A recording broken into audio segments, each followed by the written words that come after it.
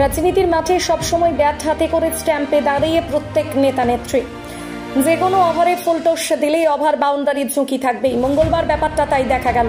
সকাল সকাল ব্যাটের গড়াই বল ফেলেছিল বিজেপি। সোশ্যাল মাধ্যমে ছড়িয়েছিল যে অভিষেক বন্দ্যোপাধ্যায় রেমালের ক্ষয়ক্ষতি দেখতে ৮,০০০ টাকার টি শার্ট পরে গেছেন। এমন বল বলে বাউন্ডারির বাইরে গিয়ে পড়ে। তাই একটা বিষয়কে ধরে তৃণমূল এদিন ঝড়ের মতো ইনিংস খেলেছে। বেহালা চৌরাস্তায় মমতার সভা ছিল। সেখানে মুখ্যমন্ত্রী বলেন উনি যে ব্যাঙের ছাতা খান সেটা তাইওয়ান থেকে আসে। একটা পিসের দাম ৮০,০০০ টাকা। ওনার এক বেলা লাঞ্চের খরচ হয় ৪ লাখ টাকা। মমতা বন্দ্যোপাধ্যায় হয়তো মাশরুম বোঝাতে চেয়েছেন। মাঝে একবার খুব রটে ছিল যে মোদি তাইওয়ান থেকে আমদানি করা মাশরুম খান। গুজরাতের নেতা অল্পেশ ঠাকুর দাবি করেছিলেন মাসে ১,২০,০০,০০০ টাকার মাশরুম লাগে মোদির জন্য, তাই তার ত্বকের এত ঔজ্জ্বল্য। মমতা এদিন বলেন আপনি খান, শরীর সুস্থ রাখুন, স্কিন ভালো রাখুন।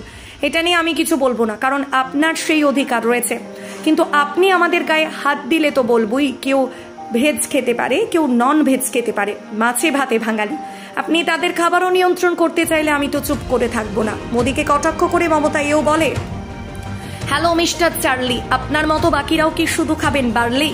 মঙ্গলবার সন্ধ্যেই অভিষেক দুর্যোগ কবলিত এলাকায় গিয়েছিলেন অটোয় চেপে। তার পরনে ছিল একটি ব্ল্যাক টি শার্ট। মঙ্গলবার সকাল থেকে ওই টি শার্টের ছবি সোশ্যাল মিডিয়ায় পোস্ট করে বিজেপি লেখে যে সাইক্লোনের ত্রাণ কাজ দেখতে অভিষেক বন্দ্যোপাধ্যায় ৮,০০০ টাকার টি শার্ট পরে গিয়েছিলেন। গরিব অসহায়দের সঙ্গে মশকরার জন্য লজ্জা হওয়া উচিত। তারপর থেকে মাঠ গরম হই হই ফেলে দেয় তৃণমূল। নরেন্দ্র মোদীর পরা পিন স্ট্রিপ কোট, তার ১.৫ লাখের মেয়ে ব্যাক স্নান গ্লাস, সুইস মোভিডো ঘড়ির দাম দস্তুর ছড়িয়ে দেয় সোশ্যাল মিডিয়ায়। তৃণমূল সাংসদ জহর সরকার বলেন যে লোকটা বিলাসিতায় ডুবে থাকে, তার দলের মুখে এসব কথা মানায় কি? মমতা এদিন আরো বলেন পরের ধনে পদ্মারি করে দেশের অর্থনীতি বিক্রি করে দিয়েছে, আর বলছে লুটের ধন ফেরত দেব। লজ্জা করে না? সারা দেশটাকে বিক্রি করে দেওয়ার চক্রান্ত করছেন। শ্লেষের সুরে মমতা এও বলেন অনেক প্রধানমন্ত্রী দেখেছি, অটলজিকেও দেখেছি, এরকম প্রধানমন্ত্রী দেখেনি, এত মিথ্যা কথা বলে।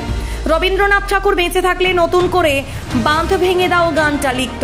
প্রসঙ্গত যে বর্তমান সময়ে রাজনীতিতে সাধারণ মানুষের উন্নয়নের কথা হচ্ছে না বললেই ভুল হবে না। কারণ দেখা যাচ্ছে যারা দেশ বা রাজ্যের পরিচালনা করে তারা কখনো ধর্ম নিয়ে, কখনো নিজস্ব কর্ম নিয়ে, কখনো অন্যের কর্ম নিয়ে, এসব নিয়ে ব্যতিব্রস্ত। কদিন আগে প্রধানমন্ত্রীকে বলতে শোনা যায় এক সাক্ষাৎকারে তিনি নাকি ঈশ্বরের অবতার।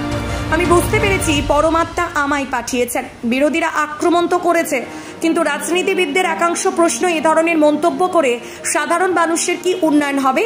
তাদের কাছে কি উন্নয়নের কোনো প্ল্যান নেই? প্রশ্ন উঠছে আগামী 5 বছরে কি কাজ করবে, সেই প্রসঙ্গ কোথায়?